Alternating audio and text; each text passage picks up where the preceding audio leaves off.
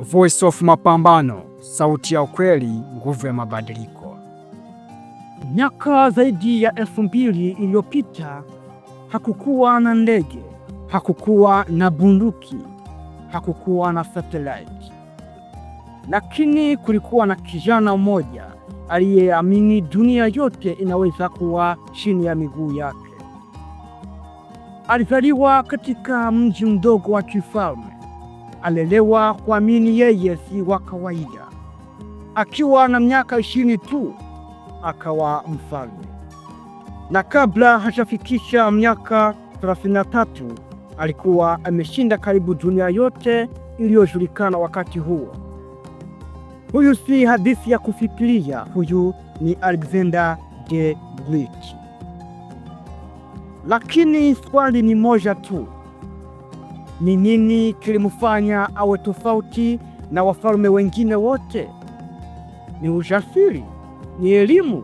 Ni saikolojia yake? Au tamaa ya kutokubali kuwa wa kawaida? Leo tunaingia ndani kabisa ya maisha yake, kuanzia kuzaliwa kwake, malezi, elimu, saikolojia yake, vita vyake vikubwa, hadi kifo chake cha ghafla kilichoacha dunia katika mshangao.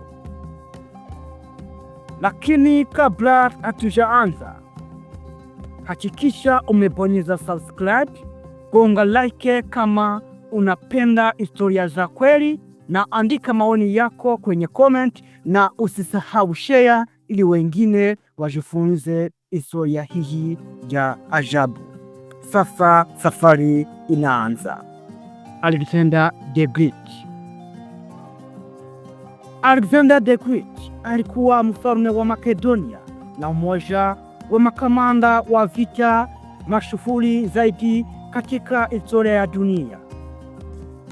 Alizaliwa mwaka wa 356 kabla ya Kristo katika mji wa Pella ambao ulikuwa mji mkuu wa ufalme wa Makedonia, leo kaskazini mwa Ugiriki. Alikuwa mtoto wa mfalme Philip II of Macedonia na Malkia Olympias. Tangu kuzaliwa kwake aliishi katika mazingira ya kifalme aliyojaa siasa, ushindani na maandalizi ya vita.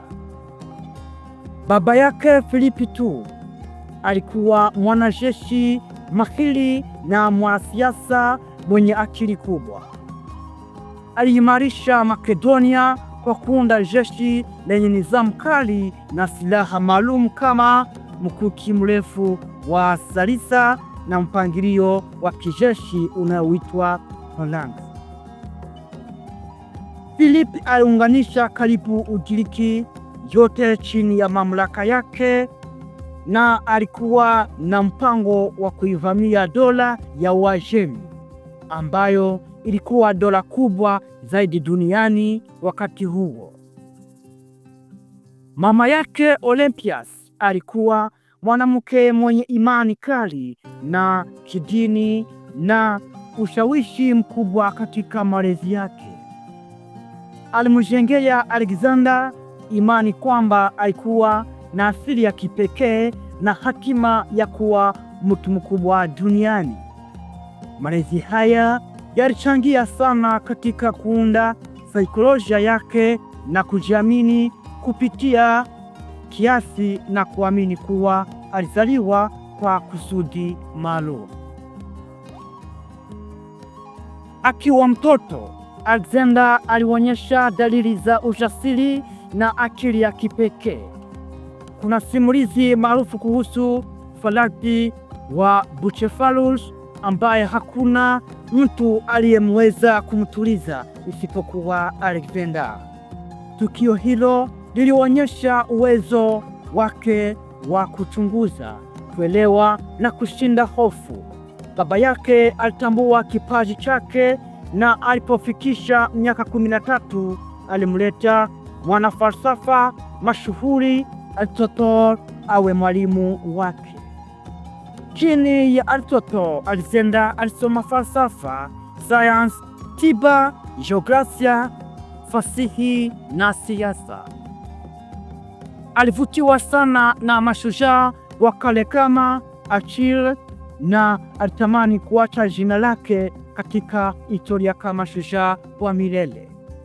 Mwaka wa 336 kabla ya Kristo, Filipi wa pili aliuawa ghafla katika sherehe ya kifalme. Alexander akiwa na miaka 20 tu akapanda kiti cha enzi. Wakati huo alikuwa na hatari kubwa ya maasi kutoka kwa majirani na hata ndani ya ufalme wake. Hata hivyo, alionyesha ukomavu wa haraka kwa kukandamiza waasi, kuimarisha jeshi na kudhibitisha mamlaka yake. Baada ya kuhakikisha Ugiriki iko chini ya ulinzi wake, aliamua kutekeleza ndoto ya baba yake ya kuvamia Uajemi. Mwaka wa 334 kabla ya Kristo, alivuka bahari ya Hellespont na kuanza kampeni dhidi ya dola ya Uajemi iliyokuwa chini ya mfalme Darius wa tatu. Vita vya kwanza vikubwa vilikuwa katika Granicus, kisha Issus mwaka wa 333 kabla ya Kristo, na hatimaye Gaugamela mwaka wa 331 kabla ya Kristo. Katika vita hivi, Alexander alionyesha uongozi wa kipekee, akiongoza mashambulizi akiwa mstari wa mbele. Licha ya jeshi la Darius kuwa kubwa zaidi, mbinu za Alexander na ujasiri wake vilimletea ushindi mkubwa.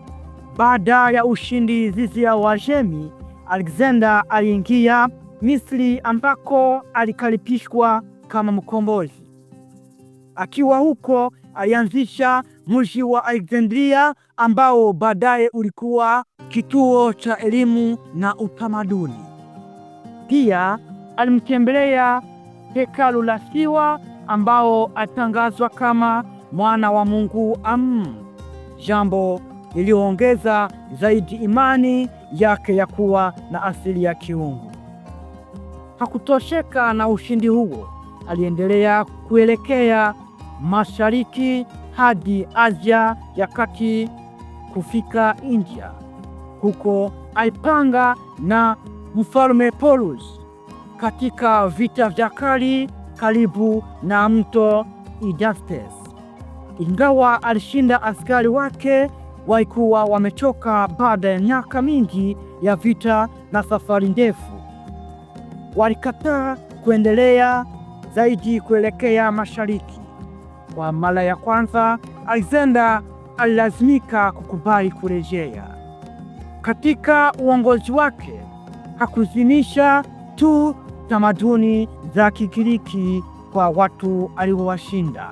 Badala yake, alihimiza mchanganyiko wa tamaduni. Aliwahimiza askari wake kuoa wanawake wa maeneo aliyotoka, na yeye mwenyewe alioa wanawake wa kifalme kutoka Persia.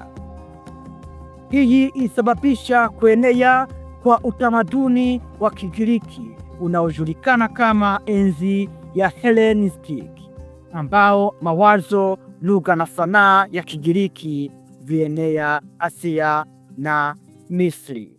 Ndugu msikilizaji, tukiwa tunaendelea na historia ya Alexander the Great, tunakukumbusha usisahau kufanya subscribe, like, comment na share, na tunakukumbusha kwamba Voice of Mapambano ni sauti ya ukweli. Mwaka wa 323 kabla ya Kristo, akiwa Babeli, aliugua ghafla na kufariki akiwa na umri wa miaka 32 tu. Chanzo halisi cha kifo chake hakijulikani hadi leo. Baadhi ya wanahistoria wanaamini alikuwa na malaria au homa kali. Wengine wanadhani huenda alipewa sumu, na wengine wanaona uchovu wa vita na majeraha ya muda mrefu kulichangia. Hakumteua mlinzi wazi, na baada ya kifo chake majenerali wake waligawana dola yake katika falme tofauti, jambo iliyoanzisha migogoro ya ndani. Ujuzi wake ulikuwa mkubwa sana. Aliunda dola iliyotoka Ugiriki hadi India ndani ya muda mfupi sana. Alieneza lugha na utamaduni wa Kigiriki kote Asia na Misri. Hadi leo anahesabiwa kuwa mmoja wa makamanda bora zaidi katika historia ya kijeshi. Maisha yake yanaonyesha mchanganyiko wa akili, ujasiri, maono makubwa na tamaa ya utukufu. Alikufa akiwa kijana, lakini jina lake limeishi zaidi ya miaka 2000 likibaki kuwa alama ya ushindi, uongozi na nguvu ya maono makubwa. Alexander the Great.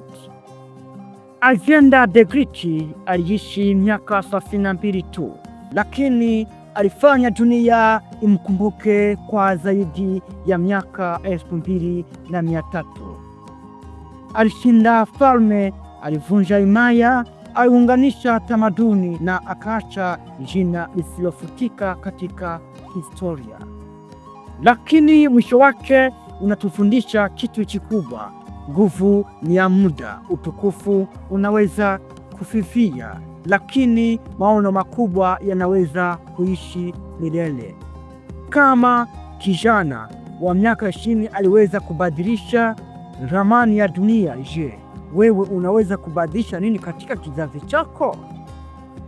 Historia ya Alexander haipo tu kwenye vitabu, ipo kama changamoto kwa kila mtu anayeota makubwa. Na hapo ipo simulizi yetu inapoishia, lakini mjadala haujaisha. Ulikuwa upande wa Alexander the Great au wa maadui zake?